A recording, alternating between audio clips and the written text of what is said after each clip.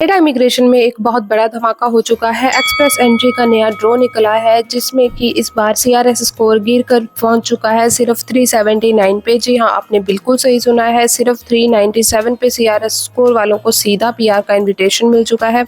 बहुत सारे मेरे पास ऐसे लाइव एग्जांपल्स हैं जो इस वक्त पीपीआर गेट कर रहे हैं। अब बात करते हैं जो एक्सप्रेस एंट्री में ड्रॉ आया है वो कैटेगरी बेस्ड सिलेक्शन तहत आया है, जिसमें फ्रेंच लैंग्वेज प्रोफिशिएंसी वालों को टारगेट किया गया है। यानी कि जिन लोगों ने फ्रेंच लैंग्वेज टेस्ट पास कर लिया है और अच्छे स्कोर ले लिए हैं उनके लिए ये सुनहरी मौका हो सकता है। तो फिर अगर आपका TEF कनाडा या फिर TCF कनाडा का स्कोर अच्छा है तो बधाई हो, आपकी पीआर अब कुछ ही कदम दूर है। पर लोगों के दिल में ख्याल आ रहा होगा कि भी 379 आखिरकार क्यों बड़ी बात है। तो कनाडा एक्सप्रेस एंट्री सिस्टम में आमतौर पर सीआरएस स्कोर 470 या फिर 490 तक जाता है, लेकिन 379 एक बहुत लो कट ऑफ है जिसकी किसी ने भी उम्मीद नहीं की थी। यानी कि जिनका स्कोर 400 से नीचे था वो लोग मायूस हो चुके थे। अब उनके लिए एक नई उम्मीद की किरण जाग चुकी है। कनाडा की सरकार अब स्किल्ड वर्कर्स के साथ साथ लैंग्वेज डाइवर्सिटी को भी प्रमोट कर रही है ताकि वो इकोनॉमी के द्वारा ग्रो कर सके, क्योंकि कनाडा अपनी इकोनॉमी को लेकर बहुत ज्यादा सीरियस है। तो बात करते हैं किन लोगों को ज्यादा डायरेक्ट फायदा होगा। तो जी, ये ड्रॉ निकलते ही जिनका फ्रेंच टेस्ट दिया हुआ है, जिन्होंने फ्रेंच की हुई है, उनको लिए बेस्ट अपॉर्चुनिटी है। या फिर जिनका स्कोर ओवरऑल सीआरएस स्कोर जो है 379 से ऊपर है, ये उनके लिए बेस्ट है क्योंकि उनकी प्रोफाइल सब उठाई जाएंगी। जिनकी प्रोफाइल्स एक्सप्रेस एंट्री के पूल में ऑलरेडी थी, जिनके पास सही डॉक्यूमेंट्स थे और प्रोफाइल अपडेटेड थी,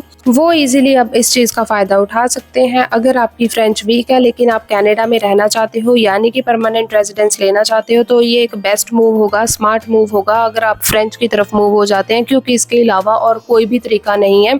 या फिर अगर आपके सिर्फ थोड़े से स्कोरों का फर्क पड़ रहा है, लाइक 15 से 20 स्कोरों का, तो आप अपनी IELTS इंप्रूव कर सकते हो जिसकी वजह से आपका सीआरएस स्कोर इंप्रूव हो जाएगा। अब बात करते हैं उन लोगों की जिनका सीआरएस स्कोर अभी आ ही नहीं रहा। तो जी, अगर आप लोग जो है कनाडा हर हफ्ते अपना सीआरएस स्कोर कैटेगरी बेस्ड ड्रॉस निकालता है, अगर आप जो है वो डिफरेंट कैटेगरीज में से हैं जो कि कनाडा में बहुत ज्यादा पॉपुलर है, तो आप अपना सीआरएस स्कोर कुछ आने वाले दिनों में अपडेट देख सकते हैं। यानी कि हेल्थ केयर वर्कर्स के लिए, स्टेम प्रोफेशनल्स के लिए, एग्रीकल्चर वर्कर्स के लिए, ट्रांसपोर्टेशन सेक्टर्स में या फिर अर्ली चाइल्डहुड एजुकेशन में, ये लोगों की कैटेगरी में जो भी लोग आते हैं तो आप लोगों के लिए बेस्ट टाइम होने वाला है। क्योंकि कनाडा में कितनी ज्यादा होम केयर की नीड है ये हम सब लोग जानते हैं। कनाडा की 80% पॉपुलेशन जो है वो ऑलरेडी एज्ड है। तो अगर आप किसी कंस्ट्रक्शन लाइन में से भी है या फिर ट्रकिंग लाइन में से है, आपके पास हाईवे लाइसेंस होना चाहिए, एक्सपीरियंस होना चाहिए। बिना एक्सपीरियंस के किसी को भी एंट्री नहीं मिलेगी। लेकिन मार्केट में ऐसे बहुत सारे फ्रॉड एजेंट्स हैं जो आपको कह रहे हैं कि भी बिना किसी एक्सपीरियंस के हम लोग आपको लेने के लिए बैठे हैं जी, यार हम पीआर दिलवा कर देंगे। ऐसा कुछ भी नहीं है, वो आपके सिर्फ पैसे खाने के लिए बैठे हैं। जी, इमिग्रेशन एक्सपर्ट्स का मानना है कि 2025 में कनाडा अपने पीआर टारगेट्स को अचीव करने के लिए ज्यादा से ज्यादा लोगों को इन्वाइट करेगा, खासकर स्किल्ड और फ्रेंच वर्कर्स के लिए बहुत ज्यादा ट्रेंड में होगा।